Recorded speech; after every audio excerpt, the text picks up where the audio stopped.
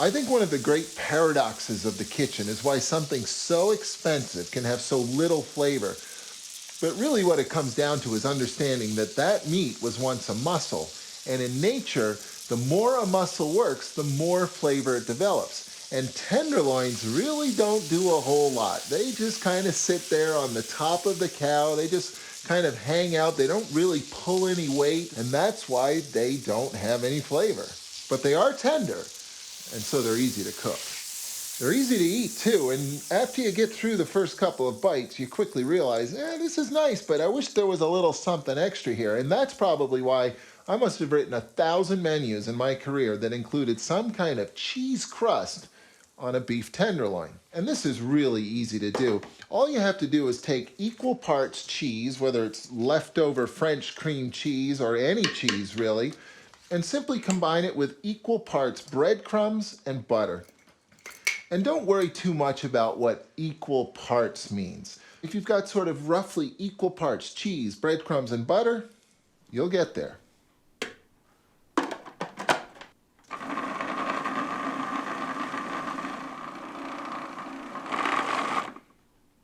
This is so easy to do. It's the sort of thing that you can dream up at 5 o'clock in the afternoon when the first guests of the evening are walking in the door and you still don't know what the special of the day is. Oh yes, this evening we'll be serving the pan roast tenderloin with a French cream cheese crust. And now, all you have to do is bake off that crust. Cook it in a 350-degree oven for 10 minutes or so, more than enough time to brown the crust. That way you get the best of both worlds. Lots of brown meat flavor and a really crusty cheese crust. Of course, you're not limited to French cream cheese. You have lots of options here. And you could even drop the butter and bring the bacon.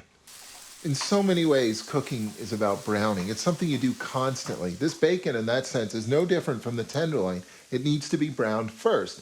I mean, you could take the raw bacon and put it into the crust, and by the time it baked off, it would be safe. But, I mean, it wouldn't taste any better than taking that tenderloin and dipping it in boiling water until it was medium rare. I mean, you just don't do that. It's all about brown flavor. When it looks that good, you just know that every single drop is going into that crust. But that's hot and that's plastic, so maybe it's a good idea to just cool it down a little bit first. And simply combine it with breadcrumbs, grind it all up, you'll have a crust. I'm actually so distracted by the bacon, I forgot that this is a cheese crust. And when you use bacon, well, cheddar's not far behind. This crust is very forgiving. I mean, roughly equal parts bacon, breadcrumbs, and cheddar. This is guaranteed to taste awesome. You can't really see the bacon anymore, but after this bakes off, you'll know it's there. You know how steakhouses always seem to wrap bacon around tenderloins? Well, this crust is really no different. The bacon is there to add flavor, and it doesn't matter if it's wrapped around or sitting on top. It's going to add flavor. As soon as those crusts heat through, they're done. It doesn't take very long, and they can stay a little longer as well. There's some flex there, but there's no flex when it comes to the beef.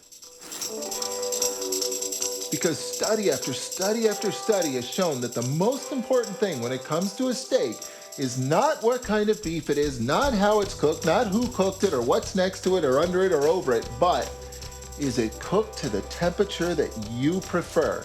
Get that right and you're going to love these steaks. And the best way to do that is to use a meat thermometer.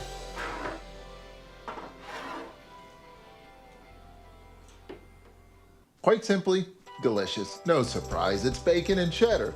But what is surprising is how versatile the tenderloin is. And that's because it's so bland. It automatically goes well with other flavors. And all you have to do is remember to sear it first and then cook it to the doneness you like. And hey, the rest is yours to figure out. You just might end up with a cheese-crusted filet mignon.